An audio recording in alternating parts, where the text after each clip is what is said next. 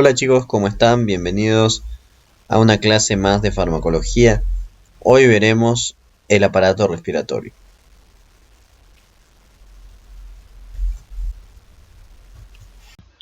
Primero comenzamos con la clasificación de los fármacos de la vía aérea. Tenemos entonces farmacología del asma y del EPOC, donde se utilizan broncodilatadores o preventivos de la obstrucción bronquial, antitusivos, expectorantes y mucolíticos. Bueno, una breve introducción a la patología respiratoria. El objetivo del día de hoy no es conocer la patología respiratoria en sí, eso ya ustedes lo tratarán en patología. El objetivo es simplemente dar un indicio de lo que es para poder conocer cómo se medica.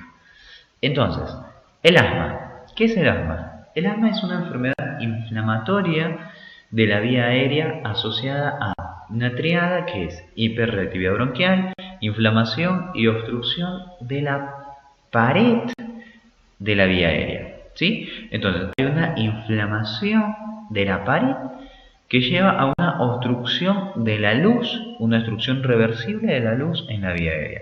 ¿Sí? Entonces, nosotros podemos observar acá, podemos observar cómo es un bronquio en una persona sin alteraciones de la vía aérea y podemos observar un bronquio, ¿no?, debido a hiperreactividad con estrechamiento de la luz en la vía aérea.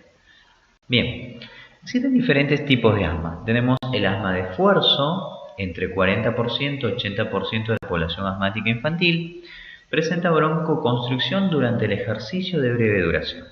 Tienen el asma nocturno, es otra presentación de asma, más frecuente en pacientes mal controlados, alcanza dificultades de la vía aérea, ¿no?, cierre de la vía aérea con grandes picos en las mañanas, a la madrugada. ¿Sí? Tenemos el asma ocupacional, que se debe a la interacción con diferentes tipos de partículas, por ejemplo, en el caso de mineros, en el caso de trabajadores de la construcción. Tenemos el asma alérgico, que tiene relación, ustedes saben, con la liberación de histamina que lleva a broncoconstricción. ¿Sí? Presencia de un alergeno, hiperreactividad, hipersensibilidad de tipo 1. Asma estacional, muy similar, ¿no? El asma aparece generalmente en climas fríos como invierno, otoño, ¿no?, o sobre todo otoño debido a la presencia de los alergenos, o en algunos casos asociado a la liberación de polen en primavera.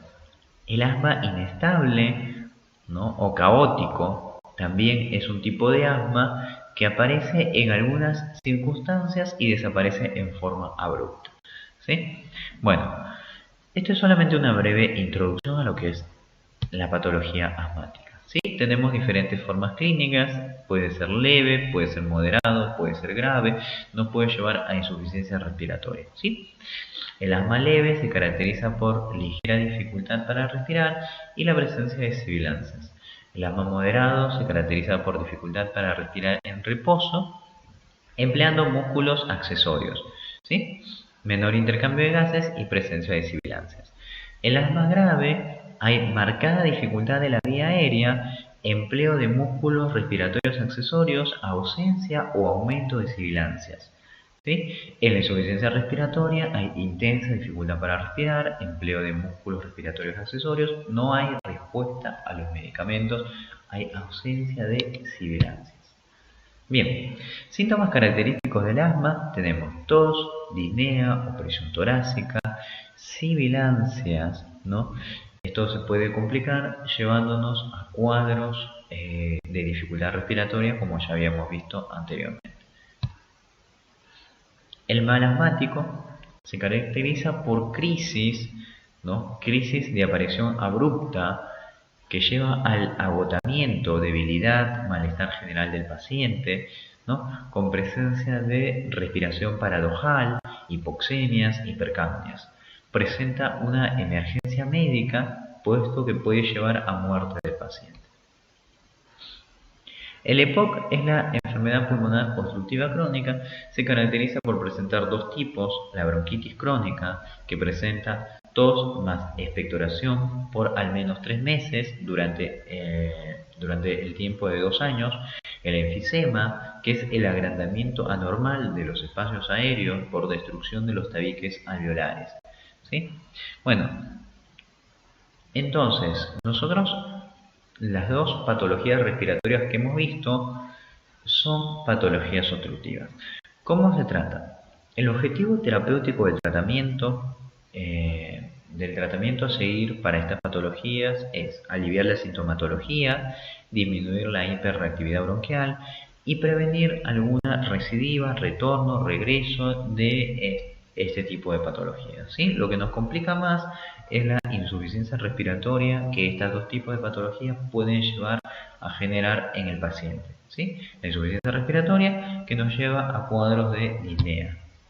Bien, farmacología, entonces, clasificación de los fármacos utilizados para patología obstructiva. Tenemos los broncodilatadores y tenemos los preventivos de la obstrucción bronquial. Dentro de los broncodilatadores tenemos las metilsantinas, los anticolinérgicos y los agonistas beta 2.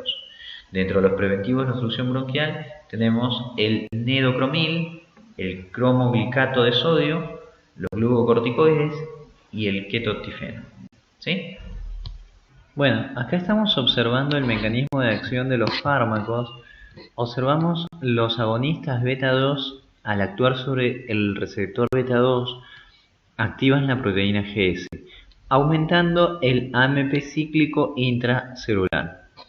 Los glucocorticoides realizan un upregulation sobre el número de receptores beta 2. Esto quiere decir aumentan la expresión de receptores beta 2. Favorecen el efecto de los agonistas beta 2. ¿Sí? Bien, entonces el objetivo de estos dos fármacos, tanto de los agonistas beta 2 como de los glucocorticoides, es aumentar el AMP cíclico intracelular. Esto es importante porque esto nos lleva a broncodilatación, relajación del músculo liso bronquial y broncodilatación. La adenosina, al actuar sobre receptores de adenosina, receptores A1, actúan sobre GI, que es la proteína que inhibe a la inilato ciclasa, disminuyendo el AMP cíclico. ¿Sí? Bueno, la teofilina bloquea los receptores A1, causando el efecto contrario que la adenosina, por lo tanto me lleva a broncodilatación.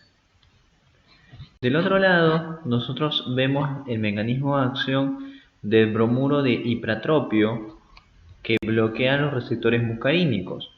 Los receptores muscarínicos son los receptores de acetilcolina. Receptores muscarínicos, receptor de acetilcolina, el cual actúa sobre receptor GI. También existen receptores muscarínicos que actúan sobre receptor GQ. ¿El objetivo cuál es? Entonces, al actuar sobre receptor GI es muy similar a lo que hace la adenosina. ¿Sí? Actúa sobre GI, inhibe la inilato ciclasa y disminuye el AMP cíclico. ¿Sí? Al actuar sobre el receptor GQ, los receptores GQ estimulan la fosfolipasa C y también van a producir IP3 diacilglicerol, lo cual nos va a llevar a broncoconstricción. ¿Sí? Broncoconstricción. Entonces, la acetilcolina tiene como objetivo la broncoconstricción. El bromuro de ipratropio bloquea los receptores de acetilcolina, por lo tanto me lleva a broncodilatación. La histamina, al actuar sobre receptores H1, también promueve la broncoconstricción al igual que la acetilcolina.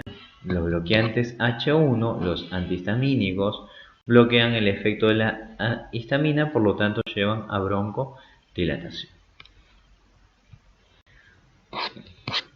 Vías de administración para el tratamiento de broncodilatadores es generalmente inhalatoria, ¿sí? Se prefiere esta vía porque es de acción local sobre el árbol bronquial. Bueno, tenemos administración por vía oral, el uso de nebulizadores o el uso de sistemas un poco más nuevos como dry powder inhaler. Bueno, acá tenemos diferentes tipos de dispositivos inhalatorios también usados ahora para el tratamiento para el tratamiento con broncodilatadores. Bien, vayamos a los broncodilatadores. ¿Qué son los broncodilatadores? El primer grupo de broncodilatadores que vamos a ver se llama agonista beta-2 adrenérgico. Como ya hemos visto, el efecto de los agonistas beta-2 adrenérgicos es actuar sobre receptor beta-2 ubicado en el músculo liso bronquial y llevar a relajación de este músculo. Por lo tanto, promueven la broncodilatación. ¿Sí? Son los broncodilatadores más potentes. Según la vida media se pueden clasificar en aquellos que son de vida media corta, como el salbutamol y la terbutalina, ¿no? Que son fármacos de rescate. ¿Sí? Son fármacos de rescate porque, si bien es cierto, su vida media es corta, su mecanismo de acción es rápido, o sea, son de rápida acción. Se pueden utilizar para crisis asmática o 15 minutos antes de ejercicio como prevención de asma de esfuerzo. Vida media larga. Tenemos el salmeterol y el formoterol. La característica de estos es que su tiempo de vida media es más prolongado, pero tienen también una desventaja, que su mecanismo de acción es de más lenta acción que los anteriores. Solo se administra entonces en forma pautada, asociada a glucocorticoides. Se utiliza en pacientes con asma persistente, moderado o grave, donde no hay respuesta solo al uso de glucocorticoides, y en pacientes con enfermedades pulmonares obstructivas crónicas. Bien, la vía de administración de los beta-2 adrenérgicos es inhalatoria. La vía parenteral y la vía oral están en desuso porque no tienen un beneficio marcado con respecto a la vía inhalatoria. Sin embargo, aumentan el riesgo de efectos adversos. Dentro de los efectos adversos tenemos la taquicardia, las arritmias, temblores musculares, hipocalemia, palpitaciones o efectos hiperglucemiantes en pacientes diabéticos. Observemos este pequeño cuadro. Acá tenemos el salbutamol y el fenoterol, ¿no? Nosotros podemos observar en los dos el comienzo de acción es corto, ¿no? De 3,2 a 3,8 minutos, pero la duración de su acción es de 11 o 5,5 minutos. ¿Qué quiere decir? Duración de acción corta, velocidad de acción en su mecanismo en el inicio de su acción es rápido. ¿Sí? Se utilizan como fármacos de rescate. En cambio, vamos a observar acá la terbutalina, el albuterol y el salmeterol. Su comienzo de acción es mucho más lento. Observemos, la terbutalina lleva de 1 a 2 horas para iniciar su acción, pero la duración de su acción tenemos efectos mucho más prolongados. Bueno, anticolinérgicos. Son drogas que bloquean el receptor muscarínico, o sea, podemos llamarles también bloqueantes muscarínicos. El bromuro de hipratropio es el más utilizado en Argentina. Tenemos la administración, es inhalatoria. La administración tiene un comienzo de acción rápido de 5 a 15 minutos con una duración de acción corta de 4 a 6 horas. ¿Sí? Se puede utilizar su uso del bromuro de hipratropio, se puede usar junto con salbutamol para poder prevenir la broncoconstricción. ¿Sí? Bueno, su tiempo de vida media es de 1,5 a 4 horas. Se absorbe aproximadamente menos del 1%. Esto quiere decir que no pasa la barrera hematoencefálica. 90% se deglute, se elimina por deglución, y 70% termina eliminándose por las heces. La metabolización hepática de lo que se absorbe, la metabolización hepática, se hidroliza o puede hacer por conjugación con ácido glucurónico. Está indicado para el tratamiento de enfermedades obstructivas como el EPOC. Bueno, otro anticolinérgico es el tiotropio. El tiotropio tiene ventajas con respecto al bromuro hiperatrópico. Su vida media es mucho más prolongada, de 5 a 6 días. Esto es importante porque esto permite menor administración en el paciente. Se utiliza una sola dosis por día.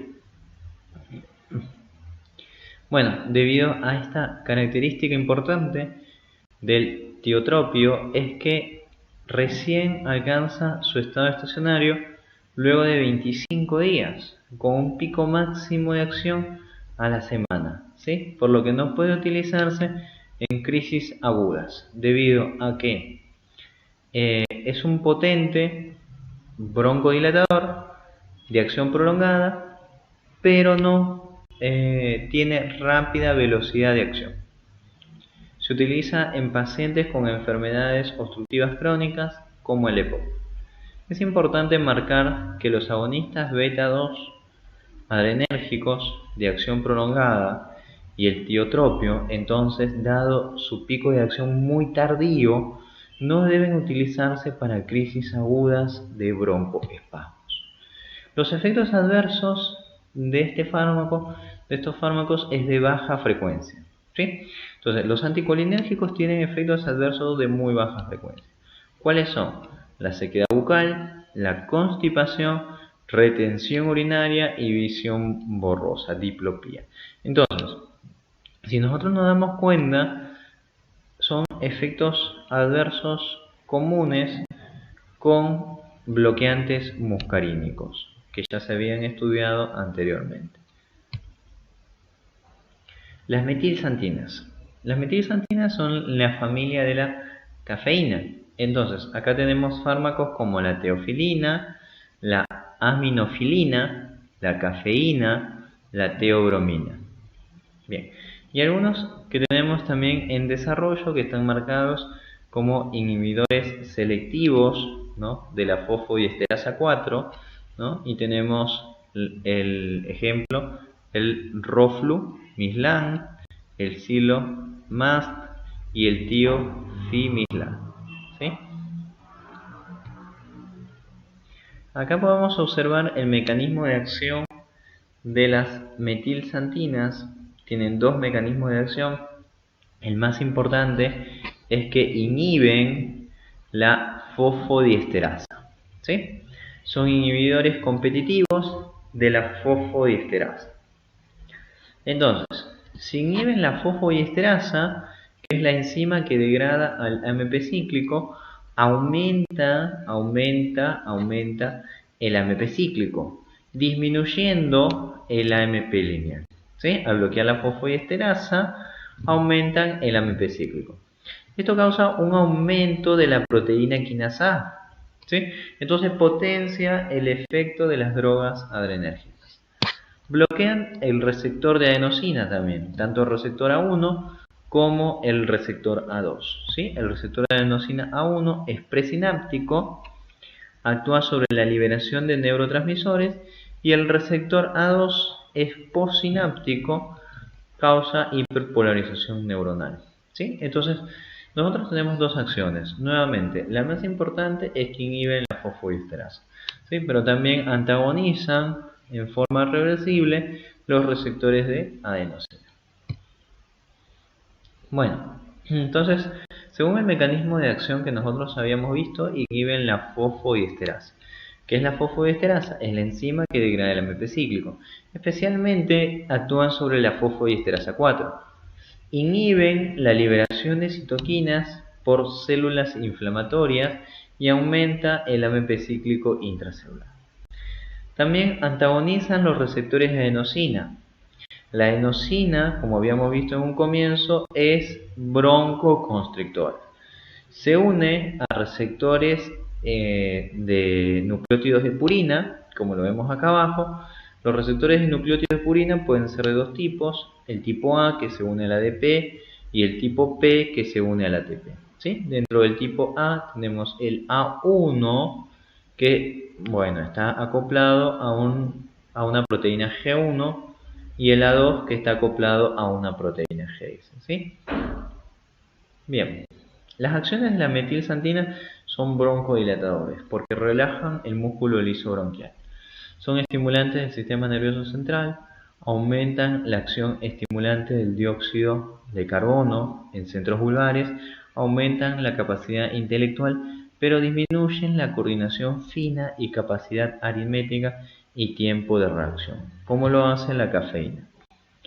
Bueno, otras acciones aumentan el gasto cardíaco porque son agonistas indirectos beta-1 adrenérgicos, mejoran la contractilidad del diafragma, aumentan el filtrado glomerular y aumentan la secreción ácida gástrica. ¿Sí?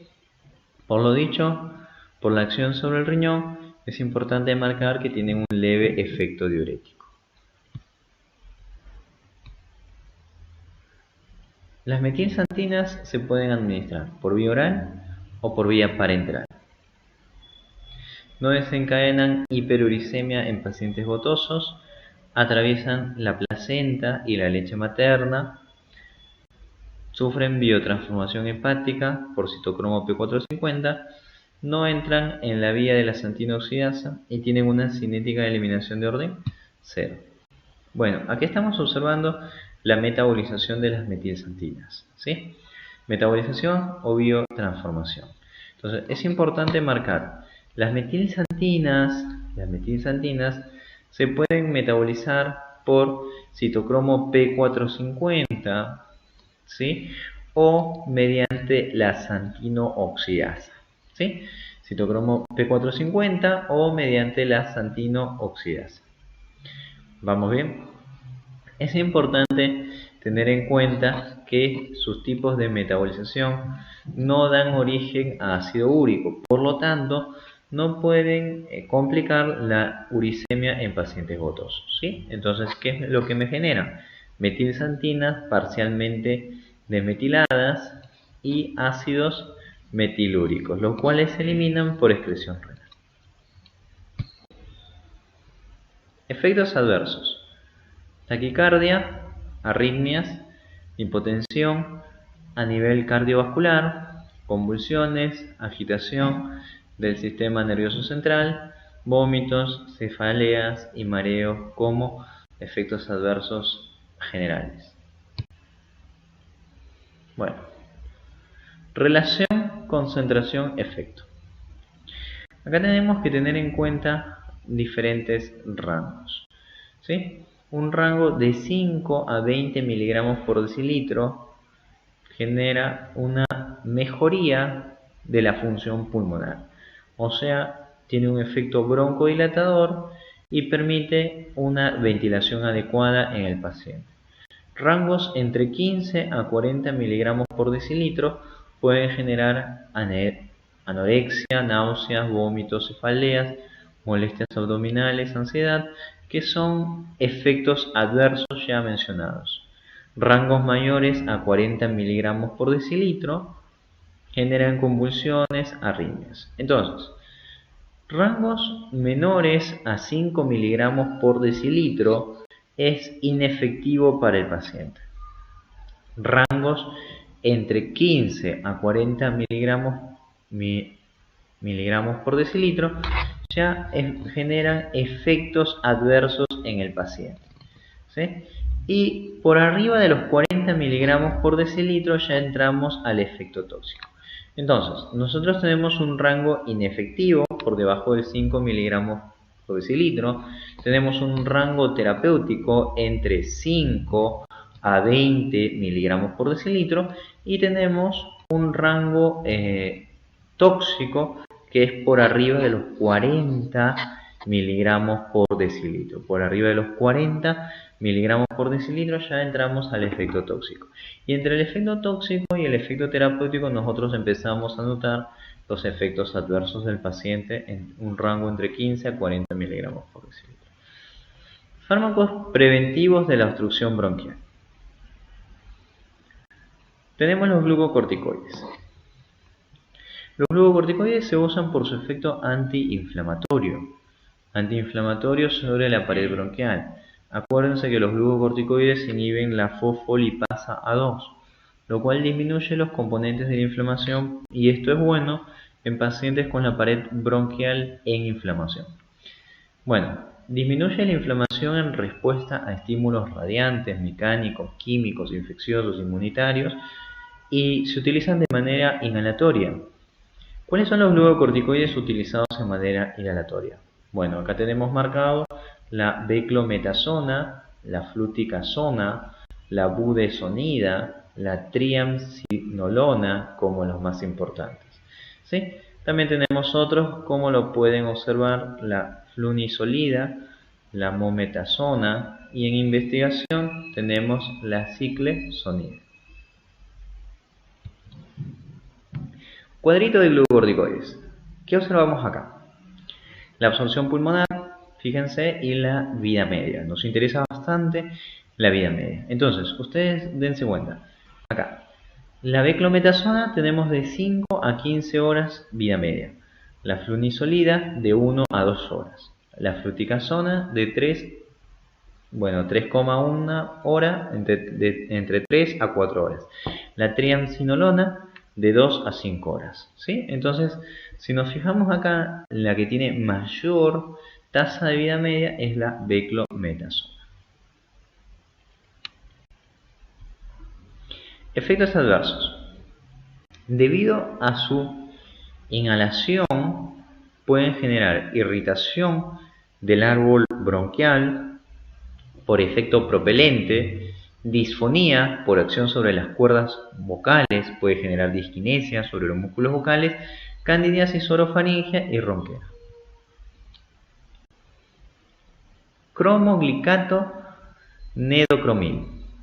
Son sales insolubles, evitan la inflamación, se utilizan entonces debido a broncoconstricción generada por inflamación. Evitan la degranulación de los mastocitos, inhiben el asma asociado a esfuerzo y el asma atópico. No se utilizan para la reversión del broncoespasmo, sino como prevención del mismo. Se utilizan por vía inhalatoria y absorben el 1%. Su tiempo de vida media es entre 45 a 100 minutos. Bien, antileucotrienos. Los leucotrienos son importantes componentes de la inflamación. Acá tenemos el leucotrieno B4, realiza quimiotaxis de los neutrófilos, el leucotrieno CD4 y el leucotrieno D4 realizan broncoconstricción, hipersecreción y edema. La acción de los antileucotrienos son de dos tipos. Inhibidores de la enzima productora de leucotrienos, la 5-lipoxigenasa. Ahí tenemos el sileutón. Antagonista de los receptores de leucotrienos, sobre todo el leucotrieno D4, y acá tenemos dos. Tenemos el zafirlukast y tenemos el montelukast. Acá podemos observar el mecanismo de acción de los antileucotrienos, ¿no? ¿Qué tenemos que tener en cuenta acá? Primero, nosotros podemos ver la acción sobre su receptor, ¿sí? Acá vamos a tener el receptor de leucotrieno, ¿no? Que es sobre el cual actúan los leucotrienos B4, E4, C4, producido por las células de inflamación como los basófilos y los mastocitos.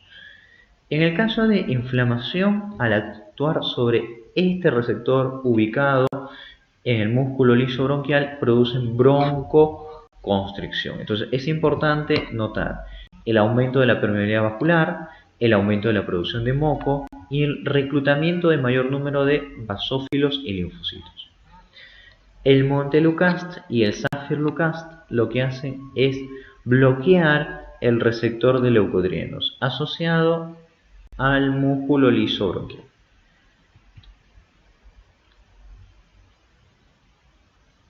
Omalizumab. El omalizumab es un anticuerpo, una inmunoglobulina G1 monoclonal recombinante humana que se utiliza para los casos de desensibilización. O sea, en personas alérgicas que tienen inmunoglobulina E frente a determinado alergeno, Para evitar la broncoconstricción luego de la exposición al alergeno, es decir, la dificultad respiratoria luego de la exposición al alergeno, se utiliza esta inmunoglobulina G1, ¿no? Esta inmunoglobulina G1 se une a todo tipo de inmunoglobulina E y se asocia a la porción FC, a la fracción constante de la inmunoglobulina E. No es anafilactogénica, no produce anafilaxia, solo se une a inmunoglobulina E circulante y no a la que está unida a células. La unión con la inmunoglobulina E es inerte y no activa el complemento, ¿sí? Entonces es importante porque evita la unión de la inmunoglobulina E a mastocitos y basófilos y disminuye la expresión del receptor de la fracción constante de inmunoglobulina E.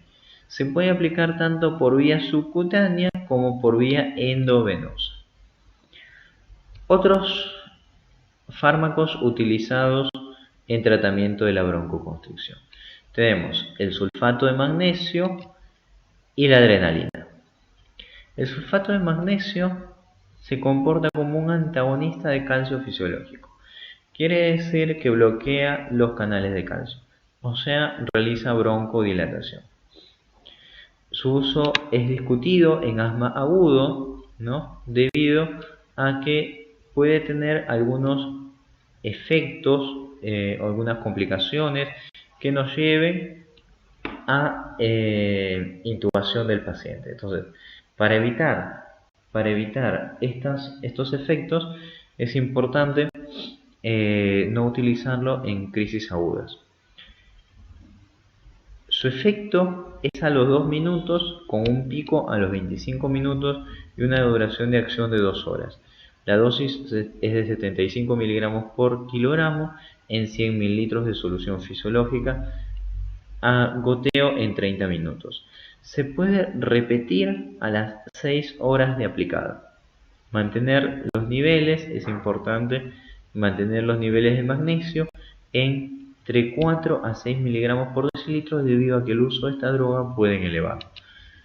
La adrenalina se administra por vía subcutánea. Nosotros sabemos que la adrenalina es un agonista beta adrenérgico, por lo tanto broncodilatador. Y además disminuye los efectos, antagoniza los efectos vasodilatadores de la histamina. Otros fármacos utilizados para la vía aérea superior son los antitusivos, expectorantes y mucolíticos. Entonces, dentro de estas drogas tenemos lo siguiente. Los antitusígenos, expectorantes o mucolíticos se pueden utilizar entonces. Observemos el gráfico siguiente. Los antitusígenos lo que hacen es inhiben el centro de la tos.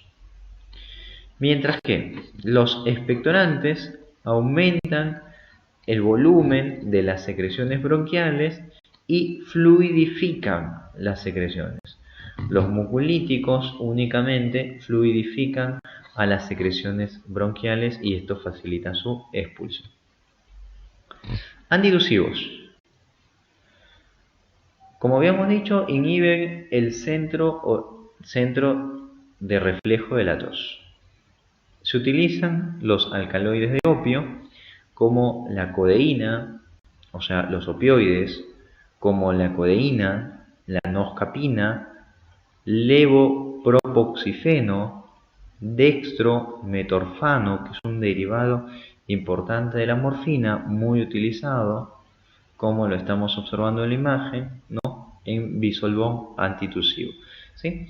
Entonces, el bisolvón antitusivo puede utilizar codeína o puede utilizar dextrometorfano, ¿sí? Entre otros. La codeína es más eficaz su utilización por vía oral que por parenteral. La metabolización es hepática, 10% se metaboliza a morfina y su vida media es de 3 a 4 horas. La duración de acción es de 1 a 2 horas. Expectorantes aumentan las secreciones o líquidos del tracto respiratorio, y pueden actuar por dos vías. Pueden actuar por vía refleja o estimulación directa. ¿Sí? Entonces, lo ideal de los expectorantes es que aumentan las secreciones o líquidos del tracto respiratorio y fluidifican. Esto ayuda a su eliminación. ¿Cuáles son? Tenemos dos. Los que actúan por vía refleja, ¿no? Irritan las terminaciones sensitivas del nervio vago, aumentando las secreciones bronquiales. ¿Sí? Entonces, ¿cuáles tenemos? El cloruro de amonio, tenemos la ipecacuona y el guayacol. Los de estimulación directa son el eucaliptol y la bromexina. ¿Sí? Nuevamente ahí estamos observando el bisolbón utiliza bromexina como expectorante y mucolítico.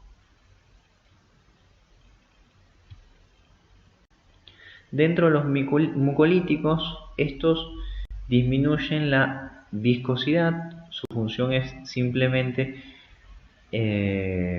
licuar las secreciones respiratorias, o sea, diluir las secreciones respiratorias para su correcta eliminación. ¿Sí? Uno muy usado es la acetilcisteína.